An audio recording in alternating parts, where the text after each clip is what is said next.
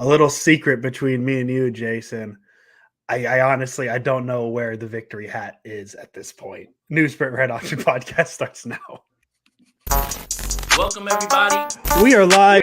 My name is Jason Aponte. I am Andrew Pasquini. We're working. That's it. We're working over here. That's it. Let's go Niners. Let's go Niners. Sprint Ride Option podcast. Oh my goodness. It's another Sprint Ride Option podcast. It's another Monday. It's another Niner loss. And if you're like me, Niners leaving you a little sad, a little depressed, a little unenthusiastic to go through your day. I hope you're like me and all it takes is seeing Jason Aponte's face to cheer you up just a little bit. It's Jason Aponte. How you doing, Jason? There's your intro. I'm doing great, Andrew. Everything's great. I really have nothing to complain about. I just got the black suit in Spider-Man 2, so I'm super excited right now. That is very, very, very fun. Yeah. So everything seems to be good. Yeah, everything seems to be good. Yeah. No football teams we need to talk. We're Viking fans, right? If they get Jameis, we're Vikings. If they get Jameis, yeah. I mean, honestly, that's our news. If the Vikings are not working the phone right now to get Jameis Winston, then I don't know what they're doing. Yeah, I don't either. I think that Minnesota felt like they were peaking at the right time, kind of getting things right. Maybe a win against a certain team that's on a 3-game losing streak last week helps them figure it out a little bit. And now, you lose Kirk Cousins, which bummer. Like I know we like to meet Kirk Cousins is the easiest guy to meme, but man, that yesterday, that's just not good situation to see. You never want to see that, especially for a player hitting free agency at the end of the year. But if the Vikings are serious, they'd go get Jameis Winston right now. Yeah, right now. Like immediately. Yeah, like maybe Schefter tweet needs to hit now. Yeah. Now. I mean, at this point, you need to make this happen. If you're the Minnesota Vikings. Like, there's no other play. And that's what's funny is Jameis has always been like that option for anybody who desperately needs a starter, and it's just kind of being there. So and for the people asking about post game, I didn't have anything nice to say, and I was actually very busy yesterday too, so I let it go. Well, can I see if I can maybe answer that? We wanted spicy Aponte. What is there to be spicy about? There's nothing to be mad at, right? It's just all depressing and sad and it's okay. Well, let's go. Niners. Yeah, Niners let's get to it. 31-17 yesterday. It's boring. It's uninspiring. It's just not fun. It feels like a chore at this point to watch this football team. Nothing's working. It feels like everything's broken. I just I think that was the point I wanted to start with. So thank you, Matthew McHose, day one listener. He's been around for pointing out where was Spicy Aponte. If they were competitive in these games, if they felt competitive, because I know past couple of games have been one possession losses. If they felt competitive, there might be this fire of hey man, no, they need to do this, right, and we feel better about it where it's competitive. It's boring football. That's all I can really say at this point. So it's just I'm going to try and be as entertaining as I can for you guys today, talking about this and giving you guys opinions on it. It's just so boring to watch right now. That's all. Another week, another loss, another total team loss. I keep saying that that's something that makes me feel better because it's not one thing that you can point to. But now 3 weeks is a trend. Once it's an aberration, twice it's a coincidence, 3 times now it is a trend. And when you listen to this team speak, they're all searching for an answer that I'm not certain they know the answer. They're searching for a way to stop this, but they don't have there's no secret sauce, right? And I think the easiest way to break this down is you're not going to win games when you turn the football over. You're not going to win games when you can't get off the field. And Joe Burrow was completing every single pass. You're not going to win games when you turn the ball over in the red zone. It just is how it is. So to put a positive spin on it is, I don't expect that stuff to continue. No. Interception being thrown on a missed handoff, fumbles in the red zone, all of those things, right? I hate to sound like Aaron Boone, but it's right there. It's right there in front of you to fix. I think the biggest thing that is the most concerning is the defense. Yes. It is still the defense. It is still the defense. It is still the fact that the defense has no semblance of any sort of consistency on the back end, on the front end, nothing. And I think that's the part that is the most frustrating, because you have the players. Now is it schematically? Now is it this? Now is it that? It's just, again, grasping at straws right now, trying to figure out why this team is now underperforming after a blistering 5-0 start. That's the part that hurts. I think the biggest concern for me at this point is Jason Aponte is now voluntarily quoting Aaron Boone. Like that never happened. So like I don't like it. Right there in front of us, and we can do it. Okay, we can do it. That's literally what Aaron Boone would say about something like this. Yeah, and I've seen a lot of people talk like the big takeaway that a lot of people are kind of trying to run with right now. And I responded to one of these tweets yesterday. It's like, well, look where they were the last 3 seasons at week 8 and their record. And to me, like sure, like the record's better and all that stuff, but to me, maybe we're gonna get the Andrew dumb football thought out of the way early. We're just gonna knock it out here. To me, it is a lot easier to not have it like the previous 49ers have the first few weeks of the season, and then find it like they had at the end of the previous 2 seasons, than what they've done this year, where they had it through the first 5 weeks. Can't tell me otherwise. You can't say they didn't. To lose it like they have over the last 3 weeks and then find it again. And that is where I'm concerned. But Jason, as you said, 2 weeks. Niners can't hurt us for 2 weeks. They have a bye week. If there was, I don't necessarily like the idea of like a perfectly timed bye week.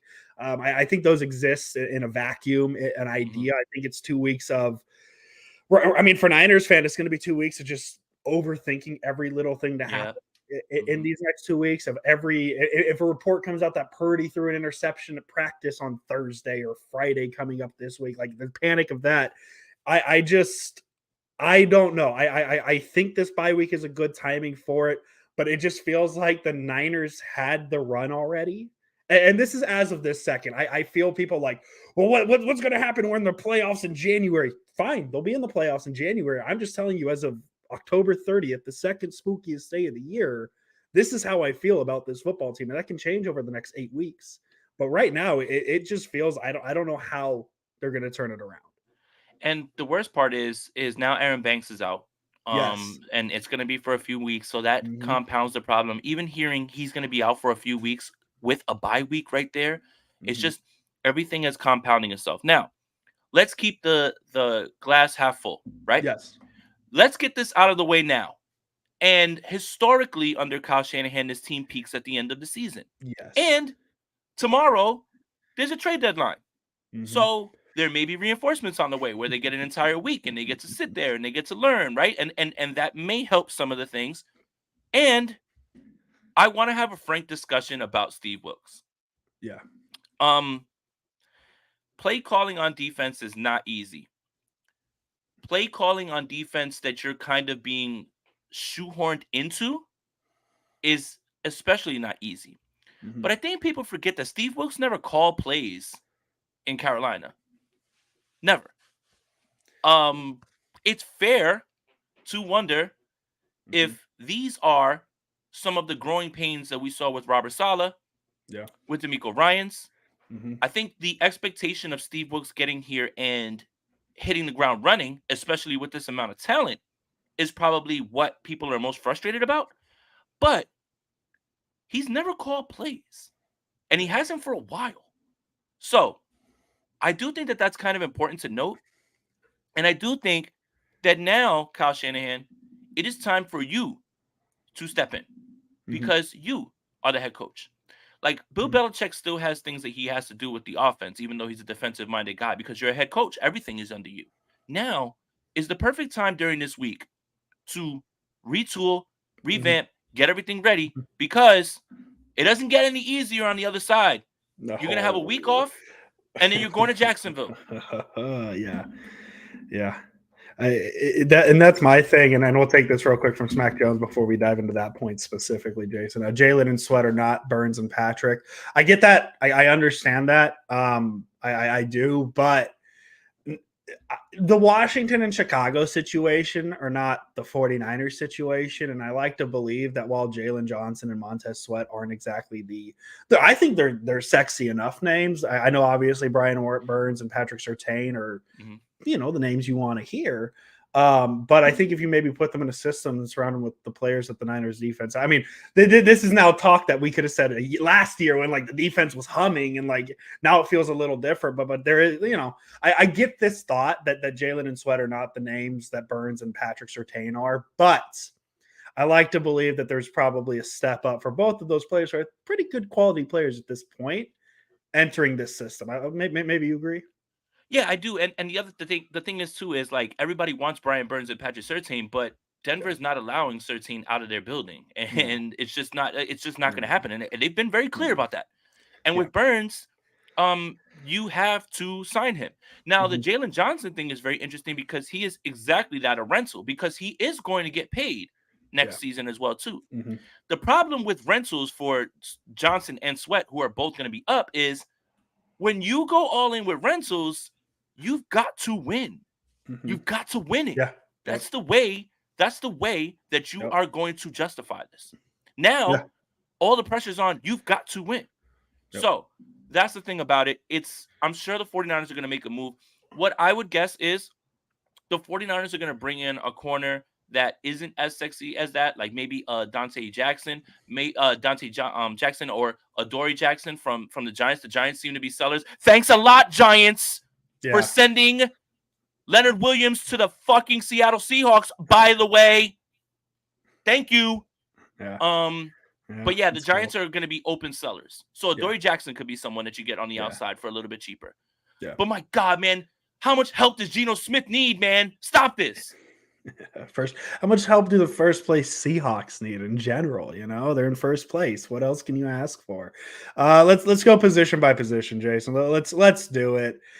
Brock Purdy. I probably was a little mean to him yesterday in my article. I think he had a fine game. 22 for 31, 365, most yards of his career, touchdown, 2 interceptions. He had a good game until the fourth quarter, I guess, until the very last play of the third quarter. Sounds familiar.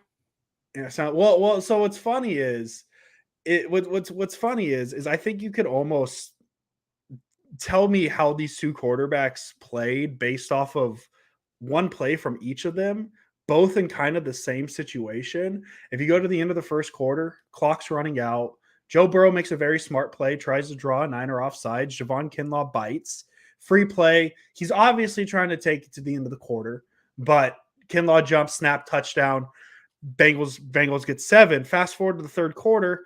Purdy had to snap the ball because the play clock, there was like 5 seconds between the play clock and the game clock. Snaps it. Per Kyle Shanahan after the game, I'm not going to say forgets, but doesn't give the ball to Elijah Mitchell. Tries to scramble out to his right, tries to float the ball to Mitchell. Jermaine Pruitt makes a play. Like I'll give him that. Jermaine Pruitt makes a play. But interception happens. Another. Oh man, I don't even touch the comments, man. Were the comments mean to me or Purdy? Because I hope it was the Purdy. I'm not emotionally ready for people to be mean to me yet. 49ers Twitter is incredibly toxic, but nothing is more toxic than the Niner Nation comment section. Good God. I can't. But listen, man, I'm cool and all with the performances and whatnot, but let's speak reality. 3 consecutive weeks with a second half turnover. All 5 of those, 3 consecutive weeks with a second half interception. All 5 of the interceptions in the second half have come with the Niners trailing or tied within 1 score. Like, these are all tight interceptions. And so now this is the next step to Brock Purdy's development. Is things are working well in the first, like he was good in the first half. Let's give him that. I'm absolutely going to. But the last 3 weeks now, we have seen him in situations where he needs to throw the ball. Down 2 scores, down a score in the fourth quarter. And teams are figuring him out a little bit, maybe. And I know last week, it's really funny, Jason, and not fun. It's not funny, haha, because concussion's not funny. But last week, the conversation was, well, he looked really good in the first half. Concussion happens. Second half was a totally different story. Well, it's kind of weird that yesterday, Jason, Brock Purdy looked really good in the first half. Second half, the story changes. It's just there's not that one pinpoint play that we could say, well, that's where things felt like it changed. And so that's I'm not, listen, this isn't in the middle that Purdy's not the guy. I think he's still the guy. These are the growing pains that you are going to see with him. And it's unfortunate because I think it's the same thing. And I fucking hate that I'm bringing up this name. It's the same shit with the Trey Lance conversation a couple years ago. It's not necessarily that we can't adapt to the growing pains, because I'm cool with the growing pains, but the word growing pains is used for a quarterback like Desmond Ridder down in Atlanta, or I don't know, another rookie struggling, Tony DeVito out in New York, it's that's just the name I came up with. -8 passing yards for the New York Football Giants yesterday, setting football back to the Stone Age. And so the growing pains, they hurt a lot more when there is Super Bowl contendership on the line. The growing pains are fine when you're the Atlanta Falcons, but when you're the San Francisco 49ers, those growing pains hurt quite a bit. So, Jason, what were your thoughts on Brock Purdy? I kind of just threw it all out there before you could start talking. No, you're good. I want to have a frank and honest discussion about Brock Purdy.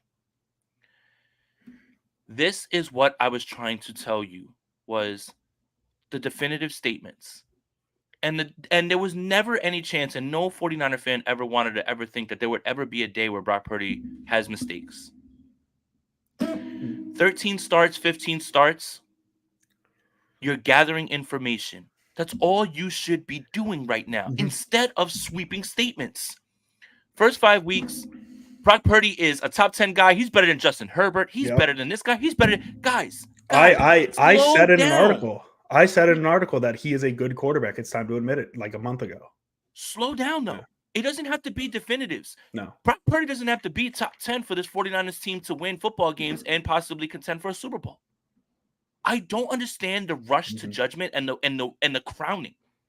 It's not to say that anything is wrong with him right now, because he was very good for many parts of this game, for large stretches of this game. But the whole idea that all of a sudden, after that small sample size that you saw from him, made you believe that he is something possibly more than people are saying, when all he really has to do is be steady and not turn the ball over. And that goes for other people too, because other people, have a hand in that. Christian McCaffrey's fumbled the football a few times. Yeah. Like, all of those things are important. But I want to have a frank discussion about why we felt the need to put Purdy up here. And then when things happen, like normally to quarterbacks, like they struggle at times and they have rough moments, that now it's the sky is falling. Yeah. All of these things are part of the process and the evaluation. Yeah. I don't get the point of, no, he's better than Herbert. He's better than this guy. I'd rather have him than Lamar. Why? Why are you saying that? Why are you saying any of those things? Why does it never have to be, listen, he is playing very well. We are on a very good streak right now. He has a small sample size because many other quarterbacks have been discarded with a smaller sample size. And I get frustrated with the whole idea of like that sample size being defining. Yeah. Everything right now is a learning process. And I'll tell you again, Brock Purdy's going to have more bad games. As long as he keeps playing football, he's going to have more bad games. Yep. More of them. It's not over. But the rush to judgment now, and people were saying, well, it's he's cooked, and none of that should be a part of the way that you're thinking right now. In the same way that you should have never been talking about this young man as like a top 5, top 10 guy. Yeah. Why does it have to be that instead of gathering information? Because he's so young still. He has played so many games. Please slow down. Yeah. I understand. We've been looking for the guy since Steve Young. We've been looking. And then when you find a guy who is playing that well and looking like that, it's easy to get excited. You need to be level-headed when it comes to this, because he's going to have more bad games. And this is not the quarterback that's the finished product. I think all of that stuff has kind of clouded 49er fans' judgment, because now when he struggles, it's the sky's falling, as opposed to, hey, he's a young guy. He hasn't even started his 20th game yet. No. I don't understand why we can't just be patient.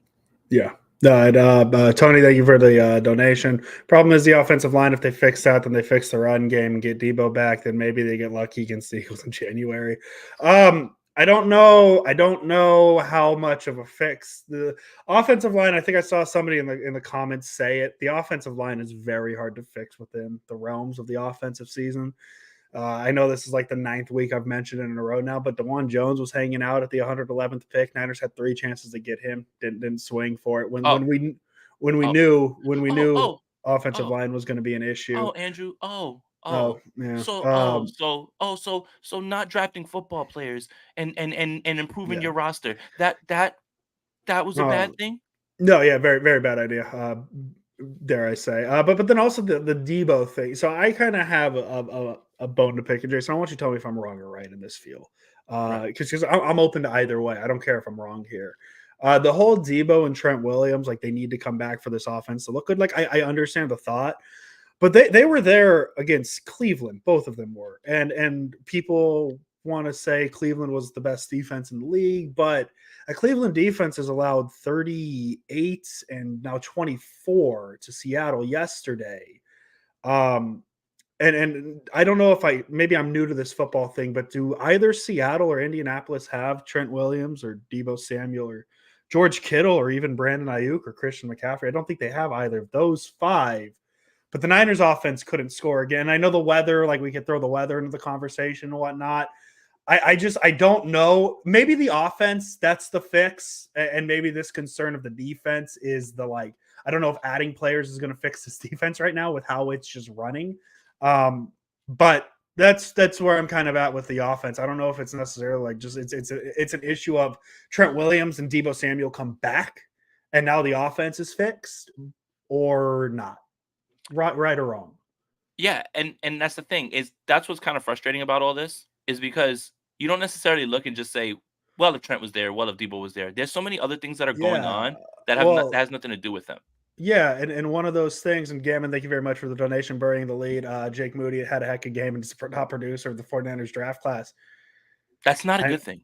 That's not a good, like I'm trying. Neither of those statements are good. The kicker can't have a really good game, and the kicker can't be the only one who's producing from the draft class. Yeah. None of that is good. Yeah. It makes me hurt inside. Let's talk about one of those issues that I had. I think maybe the biggest reason the 49ers lost yesterday. Let's go to the running backs, dare I say, Jason Aponte. And we're not even going to start with a running back because Brock Purdy led the San Francisco 49ers with 6 carries and 57 yards, which, hey, good. That's great. That's cool. I'll go ahead. I'll let you get your point before we get real negative here. I just want to make sure that in my prop bet article, his over under was 6.5 rushing yards. I was like, smash that over, baby. I got to give myself a pat on the back for that one. Good God, that was an easy call. But then where my issue comes into play, Jason Aponte, Christian McCaffrey, 12 for 54, Elijah Mitchell, 3 for 2, Kyle Juszczyk, 2 for 0. And the thing is we the talked Elijah about Mitchell line is just is objectively hilarious. Well, so what if I told you that this is the third and I don't even want to start with. I want to talk about Christian McCaffrey because we talked about it. But what if I told you that this was the third straight game where Elijah Mitchell has had more carries than yards? Because it is. It is. Trade for Derrick Henry. But Jason, Elijah Mitchell needs more carries to give Christian McCaffrey a breather. Anyways, that's beyond the point. Christian McCaffrey, 12 for 54, and that's kind of my point of contention here is all the other numbers look really good. Brock Purdy, 300 or 365 passing yards. George Kittle, 149. Brandon Ayuk, 109 receiving yards. And then we remember that, and for those of you who watched the podcast on Friday, the Bengals were the 3rd worst rushing defense entering this game. And now it's kind of it's a 4th consecutive bad rushing game for Christian McCaffrey. This touchdown streak is covering a lot of things up right now because this is legitimately the 4th straight bad game on the ground Christian McCaffrey has had. Well, the entire running game is now as a whole. Yes. So this is another trend. Yes. And when the running game isn't keeping the 49ers offense on schedule and creating And I know a lot of people think about play action, but even just like when your running game is working so well that you can have your offensive line just give run action. You don't even have to put the ball in the belly of a running back and pull it out and throw it. That is opening up throwing lanes because now linebackers are drawn. Now, none of that's happening. And now you're asking Brock Purdy to just throw and throw and throw and drop back. I don't think that's a recipe for any quarterback that you want. You don't want that for anybody because there's even times when I watch Josh Allen just drop back, and he doesn't look good. But this team not being able to run the football is keeping their offense off schedule and putting too much on Brock Purdy's plate. Yep. I don't want to hear that Brock Purdy's throwing the football that many times. Yep. It means one or two things, or all of these things. The run game's not working. You're losing. That's not how you keep this offense on schedule. That's not. No. It's so funny how the run game and even just like a pulling guard can be assigned for a linebacker, and they go and they move because they think a run's coming, and now a window's open for a throw. When that's not working, now you are asking a young man to just drop back and chuck the ball. And I don't like it. Yeah. It doesn't work for anybody. Nobody is good when you're throwing the football over and over and over. Yeah. And that's something else that the 49ers need to fix. I think that's alarming. Yep. Now, you can look at it and say, hey, Trent Williams is not there. I get it. Trent Williams is incredible. I think he's the best in the world. But when you're not running to the left side, you can't run to the right side now. So it's like everything is just not working, and you can't just put it on Trent Williams. And that's why when we're talking about like, oh, when Trent's coming back, it'll help because how can it not? But is it the end-all fix? Yeah. How much of this is people shooting the gaps quickly? How much is this like people understanding how to slow down his defense? How much of this is maybe people looking at what Jim Schwartz was able to do in Cleveland, right, in that game and just kind of copycatting that?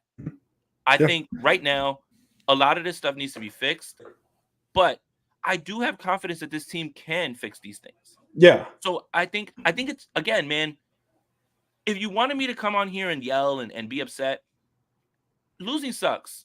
Yeah. But when you look at the way that they're losing, a lot of it feels like it can be fixed. A lot of it feels like it can be fixed. And there's still, this team is not just bad now all of a sudden. Like, I want to make sure we get that out there. They're not bad now.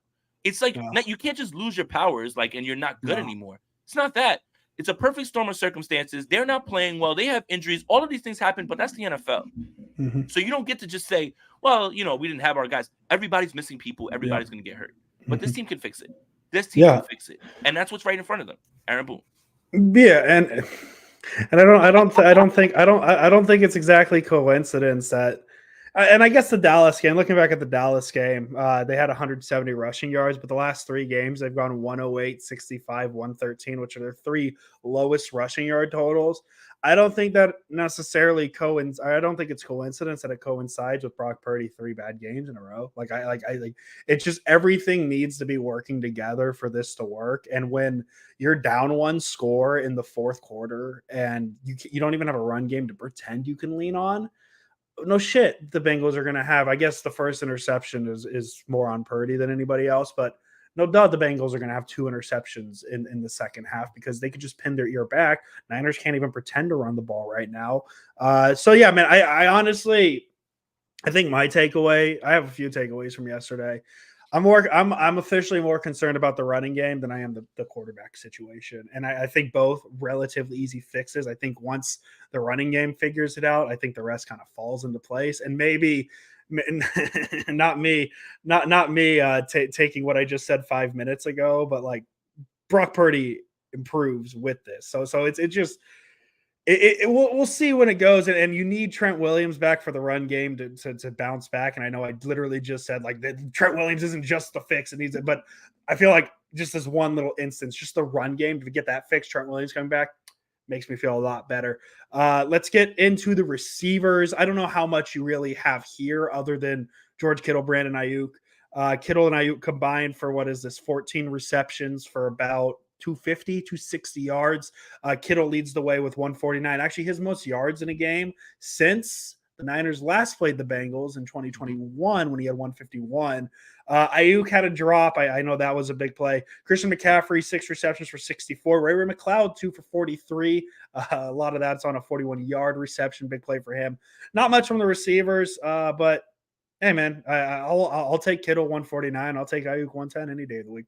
I would assume you win more games where Ayuk and Kittle go 150, 110 than you lose, and it just how happened yesterday was a loss. If you would have told me those were going to be the numbers, I'd have said the Niners by a million. And the same thing, Purdy throws for over 300. And then him running the football actually skewed the rushing numbers and made it look better, because if you didn't watch the game, you look at how many yards per carry, you're like, oh, over 4. Oh, that's great. Oh, that's great. 23 for 113 turns into 17 for 56 if you take away Purdy. It's not good. When you're watching the game, you know that the run game is not working. But if you look at the box score, shout out to Rich Madrid, you would think that the 49ers are running the football well. But that's absolutely, it's skewed. The Ayuk drop is concerning. But again, like this is the thing. It's every level. You're just a playoff. Here, there, and that's the difference in football games. When you drop a pass like that, or you throw the interception in the red zone, you're just plays off. You're plays away, right? And those things are totally fixable. They are 100%. So it's not like the end of the world because receivers are going to drop passes. It happens. It's just it's magnified when it is a mistake on top of other mistakes that the team is making. And this team has been in a rut like they have been the last few weeks. So, Ayuk and Kittle are great. Like, we know that. Yeah. Like, I don't think that needed to be said, right? Like, I get that part. But they all need to like being force-fed. I don't think, again, in the same way that I just said, like throwing and dropping back and throwing the football over and over is not good. It's going to look good in the box score. But being force-fed and it's only just 2 of your guys or 3 of your guys and everything, like, and there's nobody else. Like, Juwan Jennings wasn't there this game for some reason, even though he led the team in targets the week before.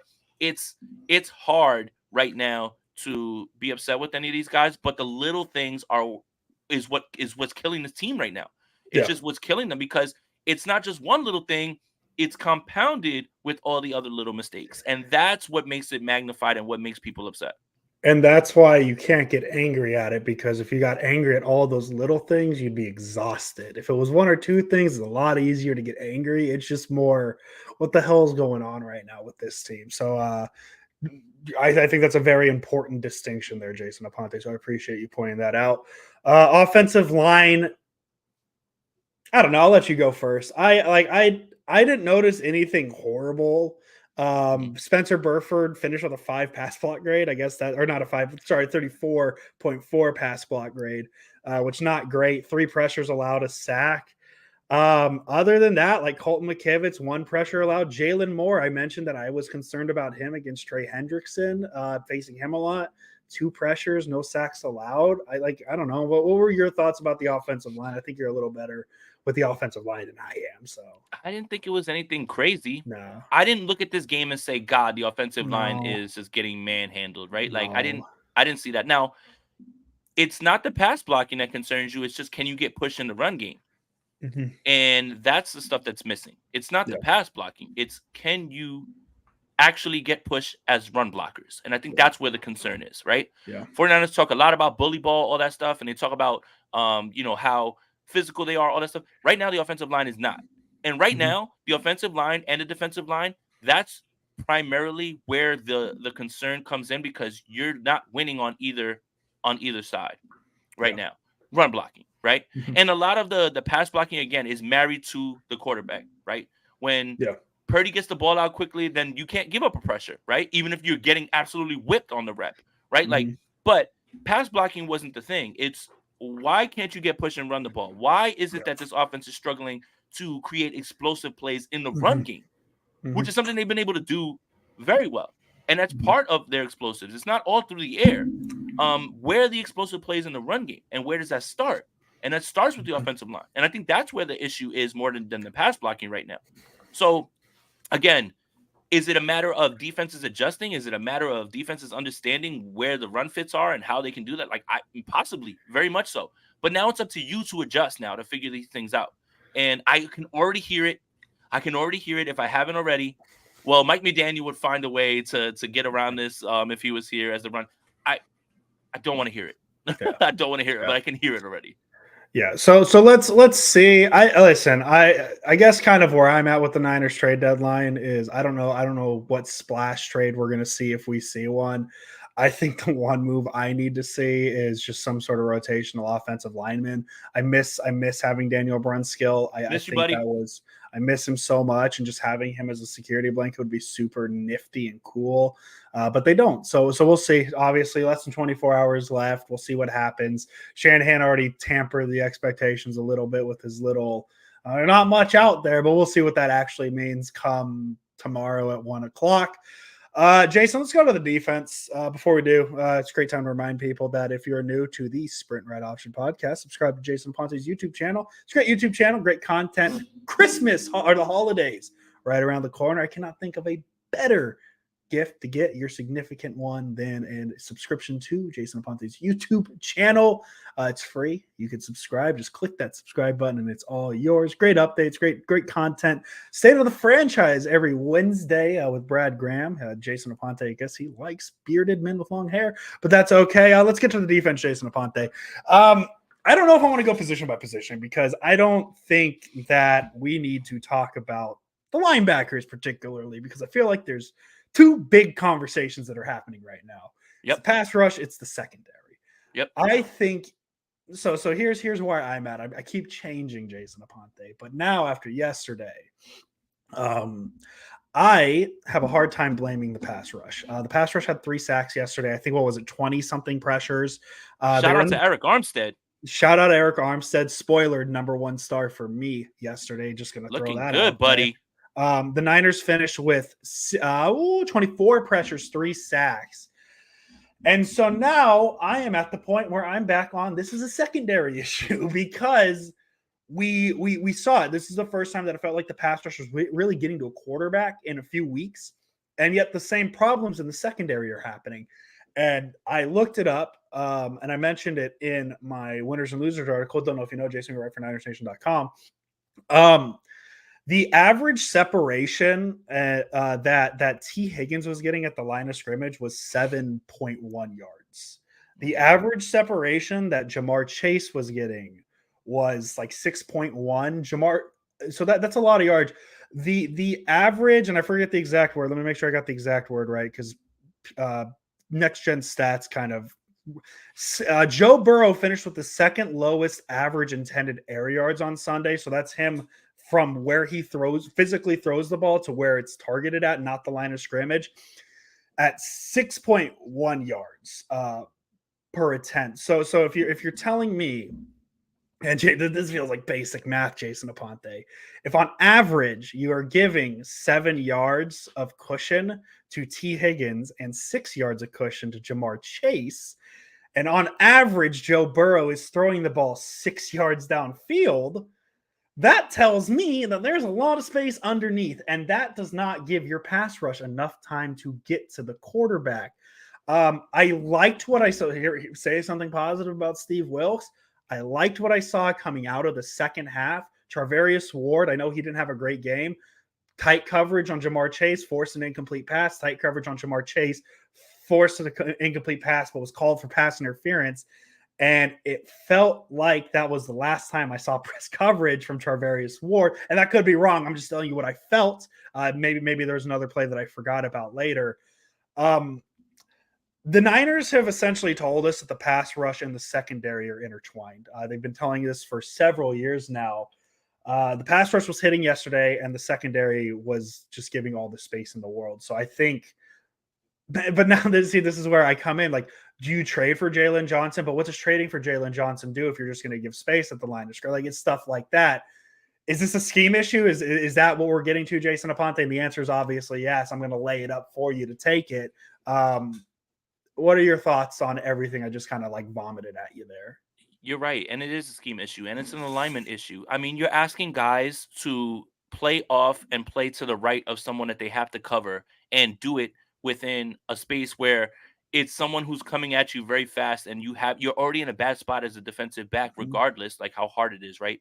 Like you look at the way they're aligning and I was watching today and I was just like, why is Oliver like lined up all the way over here when he has to get over to the slot? Why is Lenoir all the way over here before he has to run down and go meet somebody else and carry two? Why are all these things happening? And it's just, that's the stuff that it's like, well, you want to get mad at the player and you want to get mad at the secondary member, but man, you're not putting these guys in any sort of position. And what makes it ultra frustrating is Steve Wilks is a secondary guy.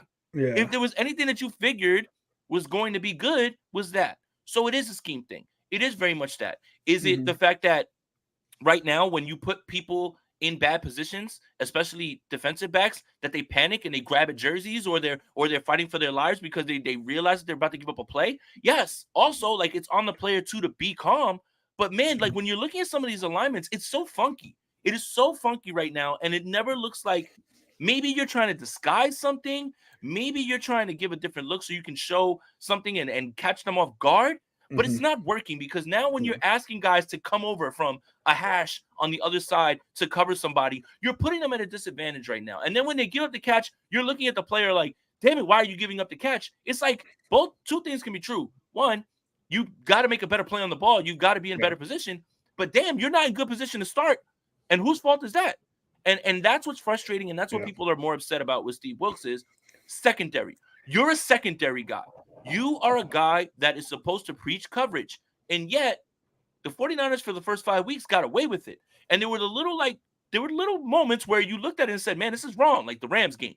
And then we attributed it to, hey, Stafford's really good. And shout out to Sean McVay. But it's now, how many weeks of this now? And it looks bad. It looks very bad. And couple that with the fact that the 49ers are missing tackles at an incredible rate. And it's not just Isaiah Oliver now at this point with that. All of these things are true, right? Yeah. And at least in this game, I felt the pass rush looked a little bit more like it should. When you get Eric Armstead with 2 sacks, you know you're going in the right direction. But so much of this stuff is scheme on the back end, and none of it is married. None of it is married. Not the pass rush and not the coverage. And the coverage is just right now, it's just funky. It just looks off. It looks like Wilks is just grasping at straws. And he's just like, well, this isn't working. Let's just try this. It's not an answer. It's I hope it works. And that's when it's scary. And that's what people are criticizing about the play calling, because it's not a fix. It's I hope it works. And that's bad. And oddly enough, the thing that like raised my red flag with like this, just something feels off with the secondary. It wasn't even a pass play. It was Joe Mixon's game-sealing touchdown. Ooh, and he hit the sneeze and the big stepper. I know, right? But no, it was. I forget who the receiver was for Cincinnati, but on the top of the screen, the Cincinnati receiver kind of came in motion on an island with Deommodore Lenoir. Lenoir follows him. By the time the ball snapped, Lenoir is still following him, but there's nobody in that part of the field. Cincinnati runs at it, but Bosa obviously, he gets his angle cut off a little bit, and it's just a walk-in touchdown from there. And it's like, I obviously, like as I said, I'm not the scheme guy of this podcast, but to have Deommodore Lenoir on an island and then have him follow, I know it's man and you're supposed to follow and all that stuff, but then just to completely just leave a complete section of the field empty on a run play where the run play, like Cincinnati just schemed the shit out of that. They probably saw something in the Niners scheme that's like, hey, if we pull this receiver this side, he's going to fall. There's going to be nothing there. And there it is. So I just, it feels off. And how I know that Niners Twitters jumped the shark, the scheme's going to suck whether or not Steve Wilks is in the booth or on the sideline. I don't give a shit either way. I'm so tired of it. Well, but we're talking about it because we can't compare it. It's something needs to change, whether it's – I've seen people say that the Niners are running too many stunts. As I said, that's lingo. I know what a stunt is, but that's lingo that I'm a little Richard Sherman kind of laid that out. That's what Sherman was saying. Is like they're just not pinning their ears back and going at the quarterback. So maybe there's just too much thought on the defensive line where it's just like, let Nick Bosa be Nick Bosa, let Javon Hargrave be Javon Hargrave, go get the quarterback. But it just feels like the secondary is really letting the pass rush down at this point, because the pass rush did its job yesterday. Yet we're still here talking about the secondary not having a good game. It's everything. Yeah. It's everything right now. It's all of it together. And I think this is proof that even when you have so many talented players that schematically, if you're doing things wrong, you can make this defensive line that was supposed to be so impressive look mere mortal. And then a lot of that needs to be contextualized with what's going on and what I was kind of seeing like when I was looking at the secondary. And I'm just like, again, I don't know all of it. I've done a better job of being able to understand what coverages look like and what they should look like and where you should go. I'm not always right, but I don't understand much of it, and I don't get what the idea is. Right? Like even if the play doesn't work, I can still understand. Hey, he has to carry two. This is what he's doing. There's a whole shot right there. You've got to come over the top. I can understand it, even if it doesn't work, but it's not working, and I don't understand it. Now, it's not up to me to understand because I'm not the defensive coordinator. I'm not the person that's giving the cues. But this whole week, this whole bye week, and I know the players are going to get rested and good. Clear your mind, go do your thing and everything. But this has to be Kyle Shanahan getting in there and showing Steve Wilks, listen, they're showing this look. You can't. The reason that Kyle Shanahan is so good on offense is because he knows defensive rules. Yes. And that's what's important is you use the defensive rules against those defenders where they play it perfectly, but they play right into your hands. Kyle is very good at that. Kyle's got to step in now and do this and sit there with Wilks and go through it. This is part of the process, right? Who knows that the only thing is that this is now so public, but who knows if Kyle did this before with D'Amico, or maybe he did it with Saleh, right? Like we don't know those things. We don't know those things because we just looked at the result and we just said, hey, they got better. This is the time now for Kyle to get into this right now with him, into the weeds of the scheme, because all of it is just, it's little things, but it's so off right now that it is turning everyone else into mere mortals when they shouldn't be that way. No. And that's just kind of my thing. Yeah. Neil, thank you for the donation. Imagine Trey, if he had a chance to play with CMC. I guess we'll never know. Could you imagine Trey Lance in this offense? Imagine Trey Lance in a Kyle Shanahan system. Oh my God. Could you Neil, send the fort to Dallas. Send the fort. Neil, you're not the only one mentioning this, so this isn't at you, but if it kind of tells you where the Niners are if we're asking for a third string quarterback to come save. That's all you need to know. But Andrew, yes. Why didn't Brandon Allen give the 49ers the keys to the Bengals playbook? Why didn't Brandon Allen tell them that all they were going to do is take the 7 yards of separation to the line of scrimmage and throw it 3 yards and say, figure it out? Why couldn't Brandon Allen tell them that? Is Trey Lance a better third string quarterback than Brandon Allen? I think maybe. I don't know, man. I listen, as I said, Neil, this isn't anything Trey Lance. This isn't anything against you. It's just he's on the Cowboys at this point. He's obviously, I understand the thought of, well, what if? Yes, what if? And we're not living in that world. We could go watch Disney Plus for that Marvel What If series to find out. Jason, nice.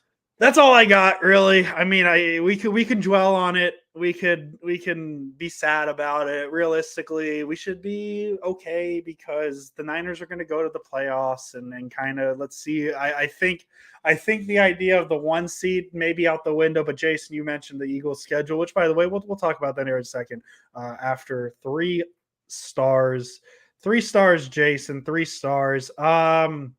Well, let's take this. Roberto, thank you for the donation. Need to take up a collection for Oliver to go to the Shriners Hospital because he repeatedly got burnt. We need another nickel or a CB to move Dima. Yeah, and that's what I said, Roberto, on Friday. It's like I feel like the secondary is kind of not an easy fix because I'm not going to try and sit here and say that I know the working mechanisms of an NFL secondary, but I feel like if you just get one cornerback, whether it's a slot or it's a outside corner, all you got to do is just move Diamador Lenore to whatever spot that is in and then run from there. So I don't know, man. We'll see what it looks like. Niners have 2 weeks off. They got Jacksonville. We'll go from there in terms of what the secondary. Well, actually, no. We'll see what the secondary looks like tomorrow at 1:00 when the trade deadline passes to see what we're saying. 3 stars. Man, I hate that he's my third star because I don't like I ripped him and I don't think he had a good game. But anytime you tie an NFL record, I think you should be shouted out. Christian McCaffrey is my third star, 2 touchdowns. He extends the touchdown streak to 16 games. I'm at a point where I just don't even know what the record is because I feel like the last 3 weeks he's broken the record, but now he's tied with the record again. I'm very confused with it. But CBS had a big like graphic that said he tied the record, so I'm going to run with it. So Christian McCaffrey, third star, despite the bad game. He tied an NFL record. What else can you ask for? Yeah, third star Brandon Ayuk, man. Just just clean up the drops, but you continue to hoop. Him and Purdy have quite a connection, man. Brandon Ayuk, man, please don't leave. This is just a rough patch. We're gonna get over this. Please just stay. Yeah, I like that. My number 2 star, I'm gonna go with the other receiver, George Kittle, 9 for 149, a top 5 yardage performance of his career. I mean, he's had a pretty good career for him just to be doing this. I felt so bad because I made him a winner for NinersNation.com. My article was I wrote like a paragraph. It was the shortest little paragraph I've written of the season. I just go, yeah, man, Kittle like had a lot of yards and a lot of catches, and the offense stunk, and he felt like he was really the only bright star spot. So winner. And that's all I really said. And that's kind of what I'm doing here. The offense stunk. George Kittle didn't, and he's a star for it. So claps. Yeah. Give me Kittle at number 2 as well. Just, again, it's always good to see him a part of the offense. I think we just take for granted what he does in the run game and helping with pass blocking a little bit. It's always good to see him get that kind of love because the reason that people don't, talk about him the way that they should is because he has those games where he disappears. So it's really nice to see him, blow up in this game. And if you had him on your fantasy team, you feel really good. Number 1 star, Jason. I think we can do it. And maybe for the first time in the history, we've done it for this player. Number 1 star, 3-2-1. But Jason Aponte, number 1 star, 3-2-1. Eric Armstead. 2 sacks, 4 tackles. The Niners win. I don't have the article. They went about 90 game minutes without a sack. Their last sack was at the 4:10 mark in the fourth quarter against Cleveland. Eric Armstead's came at like the 8-minute mark of the second quarter. And I'm going to be honest. I ran a little exercise in my head today of, okay, Jason, if we went back to Friday's podcast and said, who's the one breaking the sackless streak? I think firmly Eric Armstead would have been my 4th choice. I think I would have gone Bosa, Hargrave, and then Randy Gregory because of recency bias. But no, it's Eric Armstead, the guy who we kind of talk about how he doesn't get enough respect because what he does isn't in a stat sheet. Well, here it is. 2 sacks, 2 tackles for loss. That's all in a stat sheet. And here we are, where we're talking about him as the number 1 star. So he puts up the numbers. Here it is. Shout out to you, Eric Armstead. That's good, man. I hope people get off your back a little bit because it's just like, I don't see anything. Good. Like that's what you want to see, and I think there's going to be more games like that as well too. It does feel like if you want a positive, the pass rush is starting to percolate. Yes, percolate. Like Clyde Frazier. Like that's kind of what you want to see, but again, it all coincides with like what's going on the back end and all that stuff as well too. So at least if you want to take something away, it's like, well, if Armstead's starting to heat up, that can really help because then that can ignite everybody else because now they're going to be paying attention to him. And again, it's there. They'll fix it. But it is concerning, especially because of the secondary. But yeah. Yep. So there it is. Nice little bow on it. Niners, Blues. We talked about it. I don't know what the plan is for tomorrow. If Jason and I are going to go live, we're going to talk about that post here. Niners don't make a trade. We're probably not going to go live, so we'll see what happens. Jason, I have one last little thing I want to do real quick. Tomorrow's Halloween. I wanted to get a little spooky on the podcast, and I can't think of anything spookier than doing the opposite of an exercise we did a couple weeks ago, in which we looked at the schedule and said, where's the first loss?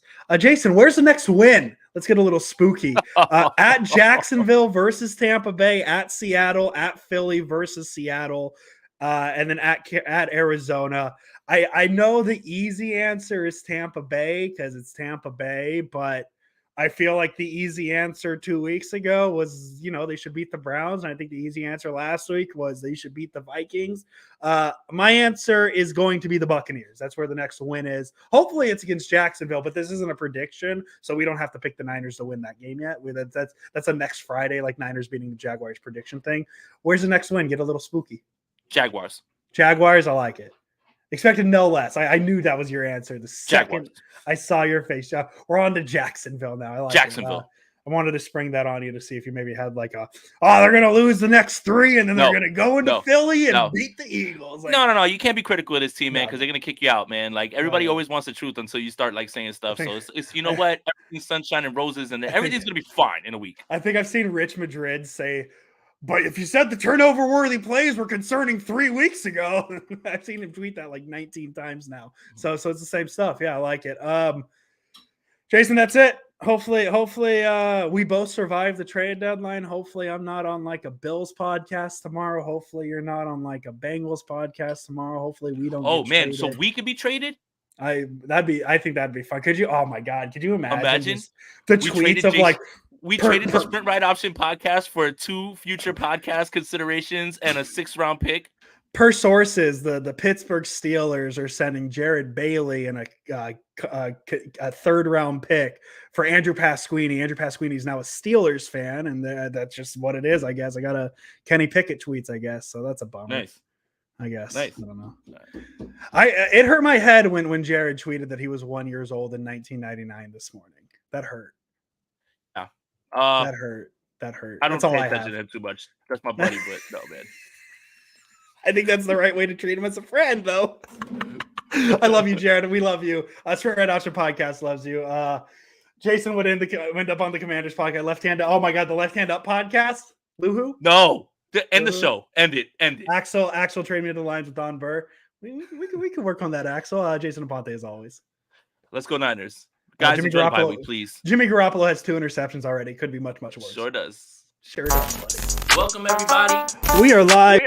My name is Jason Aponte. I am Andrew Pasquini. We're working. That's it. We're working over here. That's it. Let's go Niners. Let's go Niners. Sprint Ride Option Podcast.